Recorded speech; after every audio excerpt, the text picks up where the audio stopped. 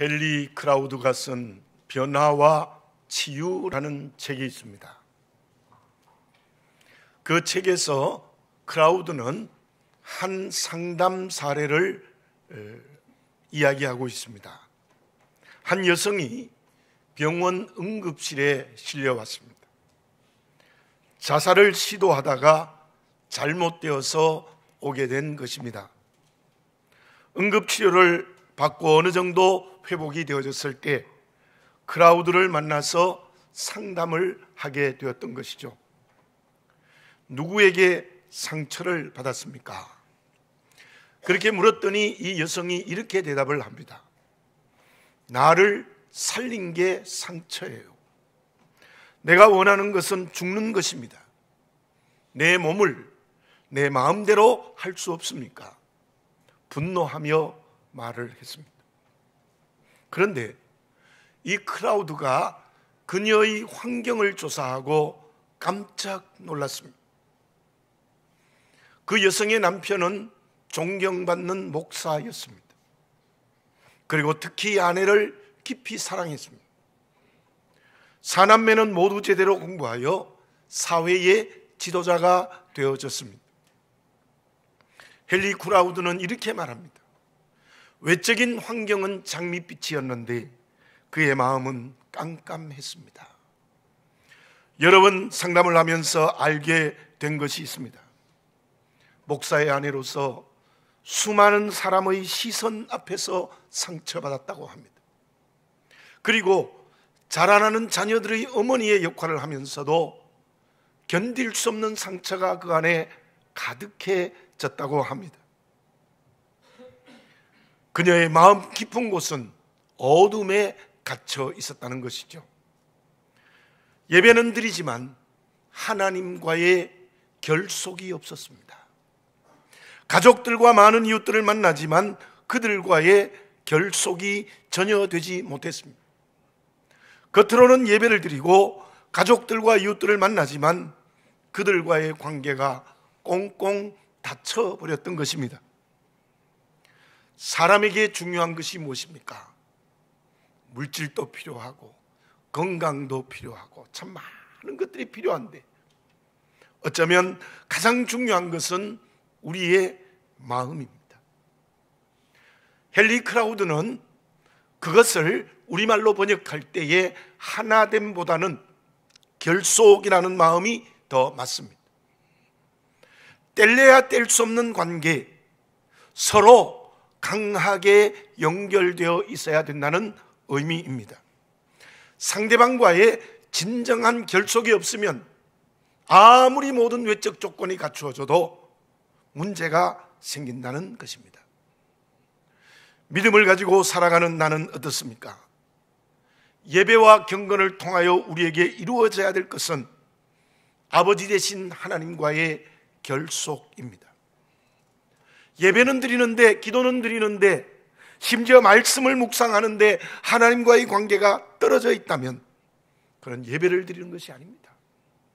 기도도 아닙니다. 말씀 묵상도 아닙니다. 구경하는 것입니다. 형식입니다. 나와 만나고 함께하는 모든 사람과의 관계는 어떠합니까?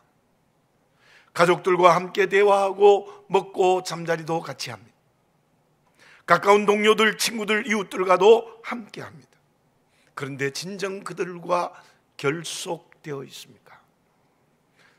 혹시 이용당하고 있지 않습니까?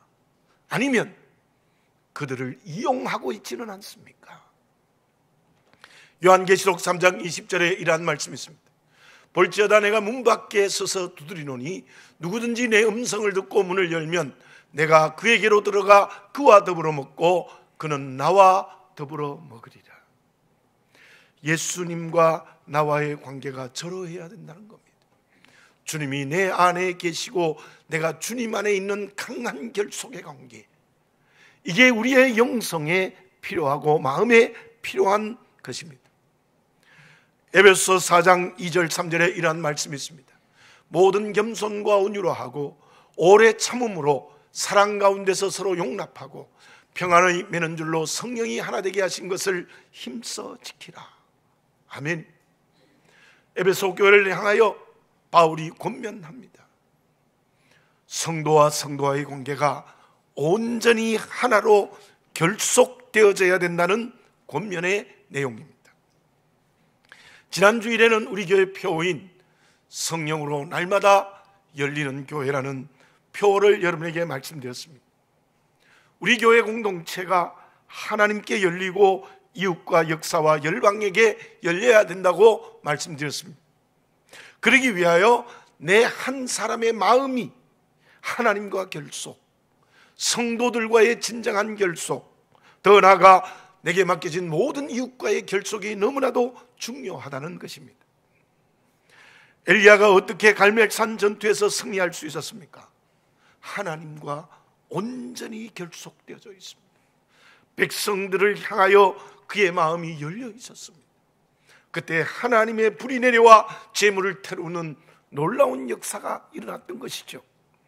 그러나 그 엘리야가 이세벨의 칼이 들어와 도망자가 되고 저 로뎀나무 아래서 죽여달라고 외치며 또한 호렙산에서 하나님을 원망했던 그 엘리야의 모습은 어떻습니까? 하나님과의 결속에 문제가 생겼습니다.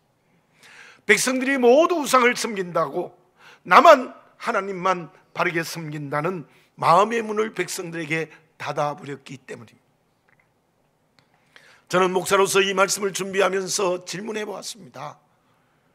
과연 너는 하나님과 결속, 성도들과의 결속, 내게 맡겨진 이웃들과의 결속이 되어져 있느냐? 저는 100% 그렇다고 대답하기가 어려웠습니다.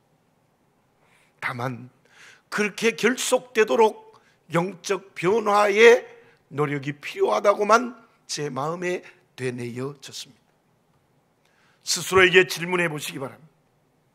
나는 하나님과 모든 이웃들과 진정 결속되어 있습니까? 열리고 하나 되고 진정 뗄래야 뗄 수 없는 결속의 관계가 되어 있습니까? 그때 그리스도인입니다. 그렇지 않으면 이름만 있고 겉모양만 있는 그리스도인이 될 수밖에 없습니다. 그러면 하나님과의 결속, 이웃과의 결속은 무엇을 통해서 이루어지는 것입니까? 박민선 교수가 쓴 값진 선물이라는 글을 읽어보았습니다. 그분이 새해를 맞이하면서 이러한 글을 썼습니다. 지금은 추억과 희망이 함께하는 때이다. 그러면서 어떤 분의 경험을 소개했습니다. 경제력도 있고 사회적 지위가 있는 어떤 분이 택시를 탔어요. 은근히 택시기사에 대한 우월감을 가지고 뒷자리에 앉았습니다. 그런데 택시기사가 가는 길 내내 무엇인가의 말을 겁니다. 근성으로 대답했고 마음은 심히 불편했습니다. 택시비가 6,900원이 나왔는데 7,000원을 주고 내렸습니다. 근데 갑자기 택시기사가 문을 열고 나오면서 환하게 웃으면서 잔돈 100원이 아니라 200원을 주면서 이렇게 말했습니다. 자판기 커피 한 잔을 하시고 오늘 하루도 행복하세요. 그 순간 그분은 망치로 얻어맞은 기분이었대요. 멍하니 한참 서 있으면서 생각을 했는데 그 경험이 그에게는 아주 값진 선물이 되어졌다는 것입니다. 그 후 그는 모든 사람들을 공평하게 대하고 더 많이 배려하게 되었고 나보다 더 경제력이 부족하고 지위가 없는 사람을 더 배려해 주는 사람으로 바뀌었다는 고백을 했습니다. 과거는 내게 상처가 되어 오늘의 나를 불행하게도 하기도 하지만 어떤 과거는 나에게 거울이 되어 오늘의 나를 행복하게 하기도 합니다. 그리고 바른 길을 걸어가기도 합니다. 왜냐하면 그 과거가 오늘의 나를 바꾸는 힘이 있기 때문이다. 저는 그걸 읽으면서 생각해 보았습니다. 나에게 과거는 무엇일까? 많은 것들이 생각났지만 좋고 나쁨이 아니라 하나의 결론을 맺을 수가 있었습니다. 본문의 말씀은 주님께서 포도나무와 가지로 비유로 가르치시는 말씀입니다. 1절을 봉독해 드립니다. 나는 참 포도나무요 내 아버지는 농부라. 참 포도나무입니다. 거짓된 포도나무가 아니고 참 포도나무요 내 아버지는 농부라. 그렇게 말씀하셨고 5절을 봉독해 드립니다. 나는 포도나무요 너희는 가지라. 우리는 가지라는 의미입니다. 그 말씀의 의미가 무엇입니까? 내가 주님 안에 있어야 합니다. 주님이 내 안에 계셔야 됩니다. 그 말씀을 오늘 비유를 통해서 여러 번 예수님께서 반복하십니다. 주님을 떠나서는 아무것도 할 수 없습니다. 앞에서 말씀대로 나는 주님과 강한 결속의 관계를 맺어야 됩니다. 6절을 봉독해 드립니다. 사람이 내 안에 거하지 아니하면 가지처럼 밖에 버려져 마르나니 사람들이 그것을 모아다가 불에 던져 사르느니라. 예수님과의 결속의 관계가 깨어지면 가지가 불에 태워지는 것처럼 아무런 쓸모가 없어진다는 뜻입니다.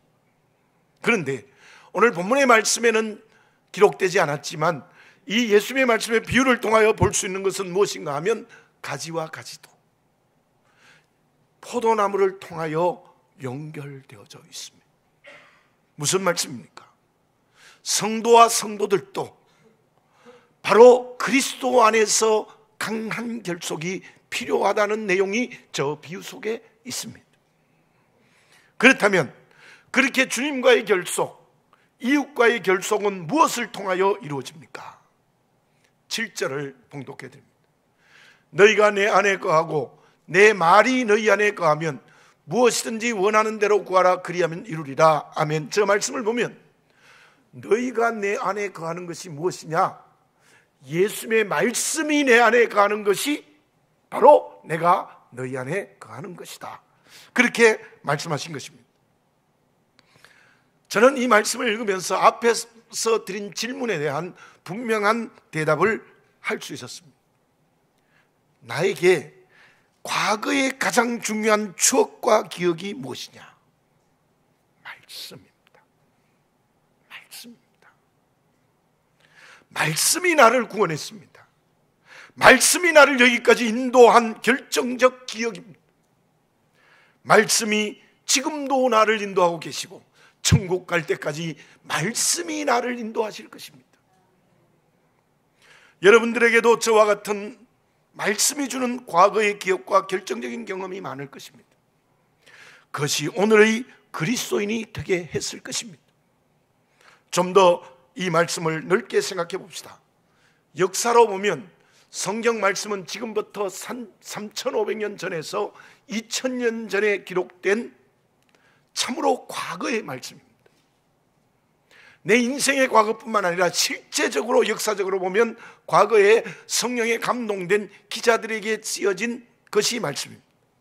그런데 그 말씀들이 능력이 있어서 수많은 사람들을 변화시켰습니다. 나를 변화시켰습니다.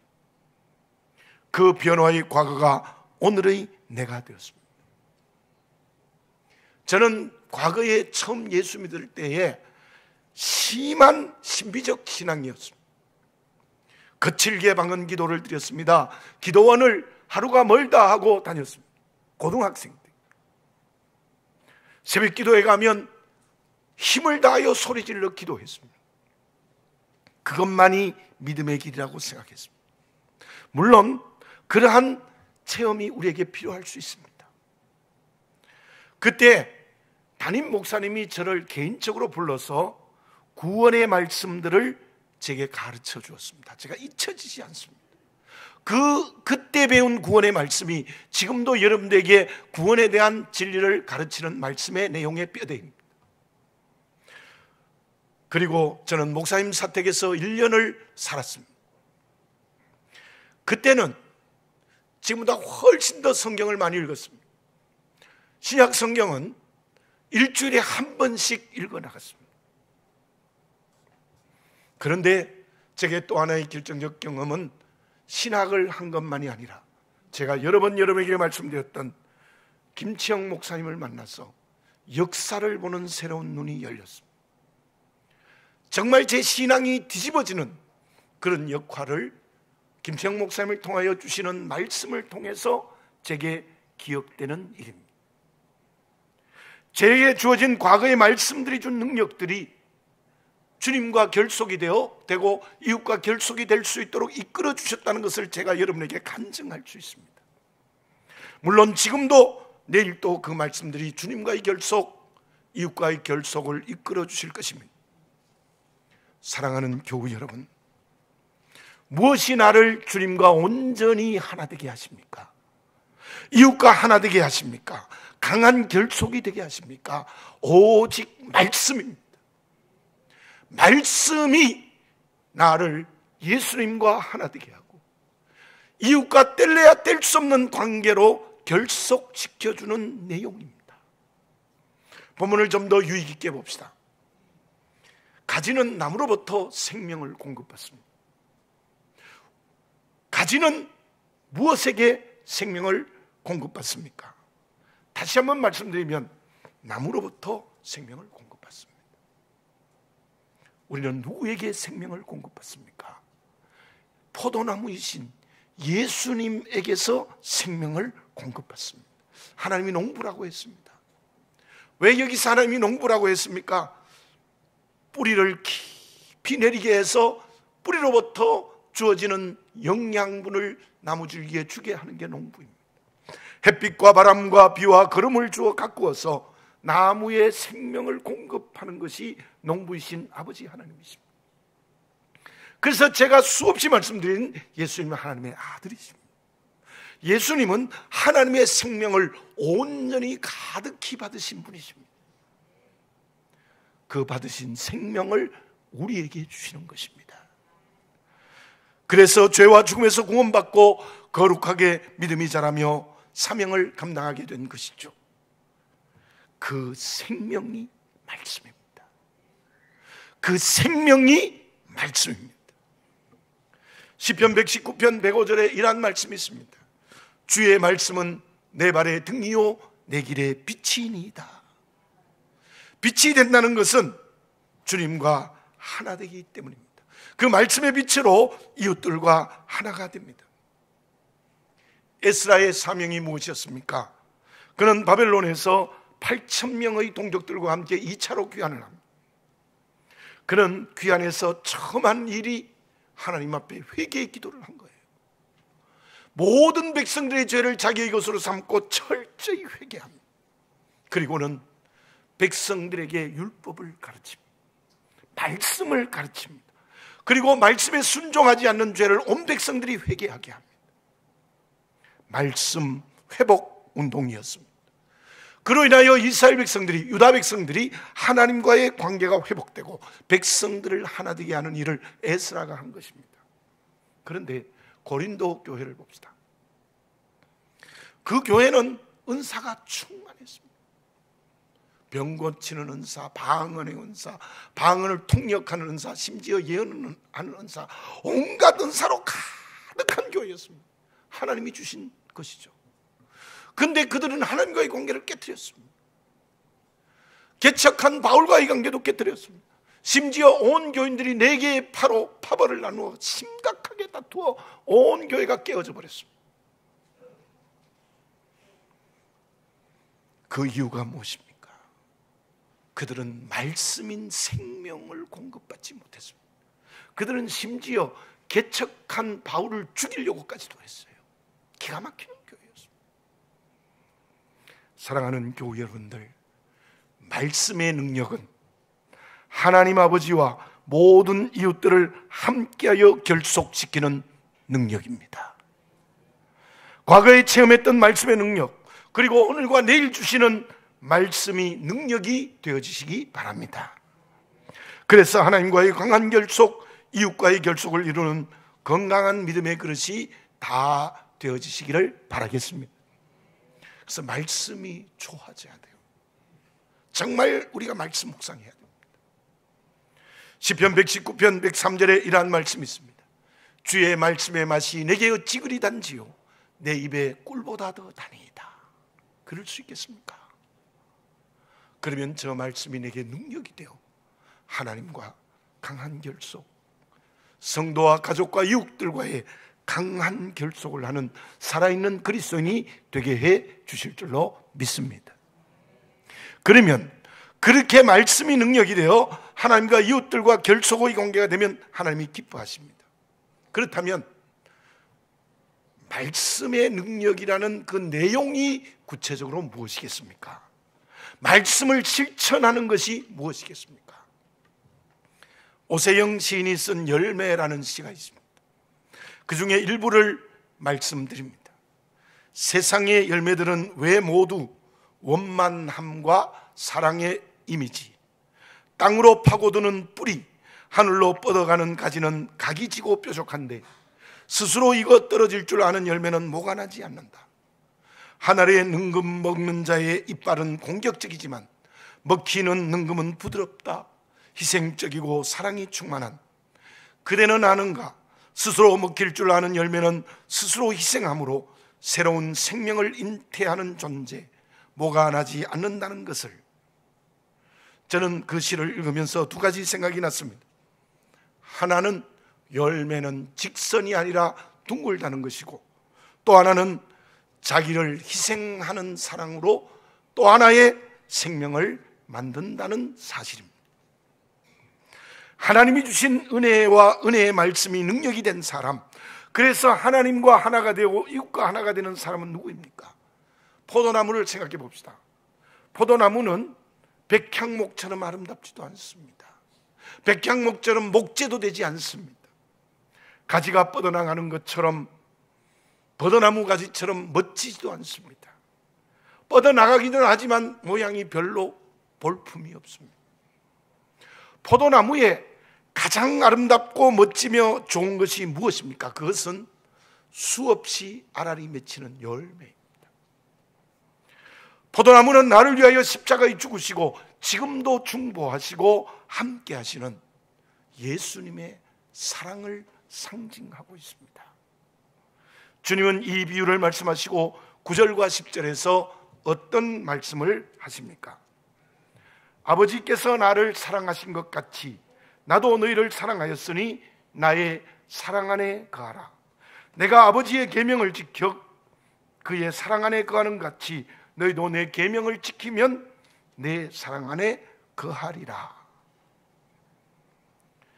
그 말씀의 내용이 무엇입니까?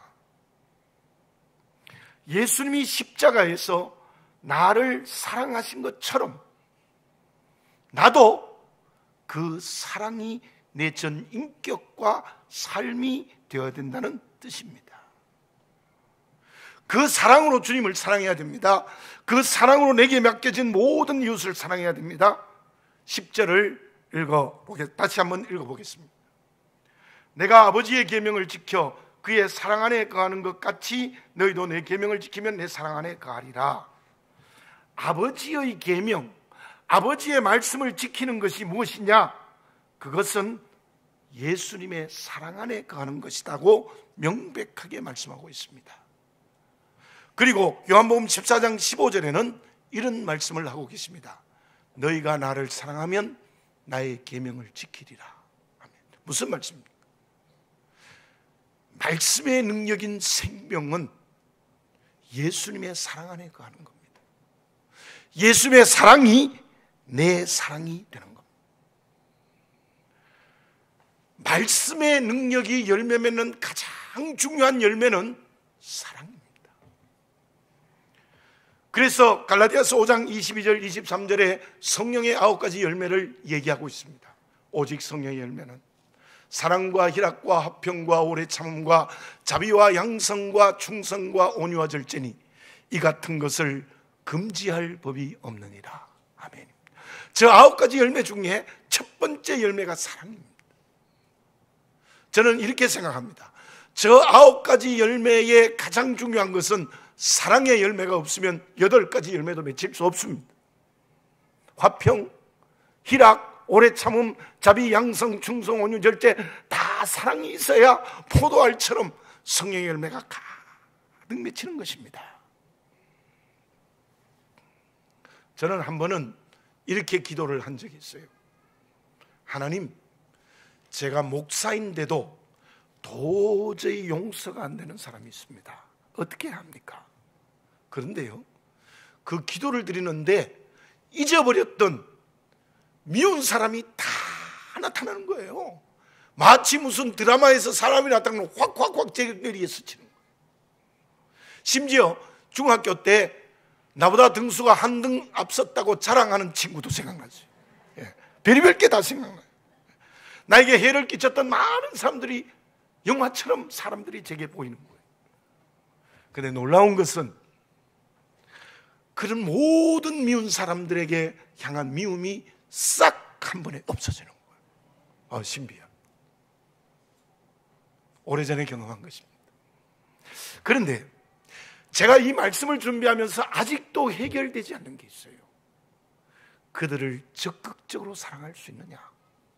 이 말씀처럼 말씀의 능력이 예수님의 사랑이라고 했는데 정말 예수님처럼 그들을 위하여 십자가에 죽을 수 있느냐? 그렇다고 대답하기가 어려워요. 저와 여러분 함께 하나님의 음성을 들읍시다. 잠언서 25장 21절과 22절입니다. 내 원수가 배고파 하거든 음식을 먹이고 목말라 하거든 물을 마시게 하라. 그리하는 것은 핀 숯을 그의 머리에 놓는 것과 일반이요 여호와께서 내게 갚아주시리라. 아멘. 여러분들, 머리에 그 고대 사회에 숯불을 얹어놓으면 어떻게 되겠습니까? 활활 이글거리는 그 사람 타서 죽을 겁니다. 그렇게 원수 갚는 방법이 뭐냐? 배고파 하거든 음식을 먹이고 목말라 하거든 물을 마시게 하는 거다. 그게 원수 갚는 방법이다. 그리고 하나님이 대신 갚아주신다. 이렇게 말씀하세요. 믿으시고 실천하시기 바라겠습니다. 그 사람이 진짜 주님과 나와 포도나무와 가지의 관계를 맺은 사람입니다. 주님과의 결속, 이웃과의 결속, 그것이 새해에 우리의 삶의 길이 되어지시기를 바라겠습니다. 우리는 새해가 두 번입니다. 신정의 새해도 있고 또 어제도 설날 우리 새해가 되어졌습니다.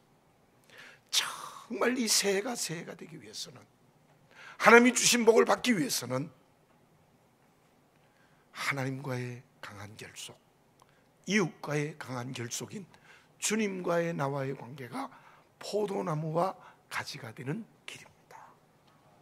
그러면 주님이 포도나무요 내가 가지가 되면 후히 주시는 하나님의 축복은 무엇일까요? 본문의 말씀 5절을 다시 봉독해 드립니다. 나는 포도나무요 너희는 가지라. 그가 내 안에 내가 그 안에 거하면 사람이 열매를 많이 맺나니 나를 떠나서는 너희가 아무것도 할 수 없습니다. 아멘입니다. 2절을 한 번 더 봉독해 드립니다. 무릇 내게 붙어 있어 열매를 맺지 아니하는 가지는 아버지께서 그것을 제거해 버리고 무릇 열매를 맺는 가지는 더 열매를 맺게 하려 하여 그것을 깨끗하게 하시느니라. 아멘. 여러분들, 사랑의 열매를 많이 맺으면 더 많은 사랑의 열매를 맺게 해주시는 축복을 주신대요. 그렇습니다. 미워하면요 그 미움이 점점 더 깊어집니다. 그러나 반대로 사랑하면 성령께서 나와 함께 하여서 아버지 하나님께서 성령을 통해서 열매를 더 많이 맺게 하시는 사랑의 마음을 더 많이 풍성히 주신다는 축복입니다. 뿐만이 아닙니다. 본문의 말씀 7절을 다시 봉독해 드립니다. 너희가 내 안에 거하고 내 말이 너희 안에 거하면 무엇인지 원하는 대로 구하라. 그리하면 이루리라. 아멘. 저를 따라서 해봅시다. 무엇이든지 원하는 대로 구하라. 그리하면 이루리라. 네, 아멘. 예수님과 나와의 관계가 생명이 서로 연락되는 말씀으로 왔다 갔다 하면요 기도하는 대로 다 이루어져 주신대요. 기도한 대로 다 응답해 주신대요. 이 축복을 이해에 받으시기 바라겠습니다. 8절을 봉독해 드립니다. 너희가 열매를 많이 맺으면 내 아버지께서 영광을 받으실 것이요 너희는 내 제자가 되리라. 하나님이 영광을 많이 받고요 내가 예수님의 제자가 된대요. 주의 사명을 감당하게 되는 길을 걸어가게 된다는 것입니다. 주님은 포도나무입니다. 나는 그의 가지입니다. 말씀의 생명으로 꽁꽁 하나로 결속되어져 있는 포도나무와 가지가 되는 축복의 길을 이해도 날마다 걸어가시기 바랍니다. 기도드리겠습니다. 걸어가신 아버지 하나님 감사합니다. 주님은 포도나무요, 나는 그의 가지가 되게 해 주시옵소서. 그러므로 주시는 많은 열매의 축복, 응답의 축복, 사명의 길을 걸어가는 축복 받게 하여 주시옵소서. 예수님의 이름으로 기도드립니다. 아멘.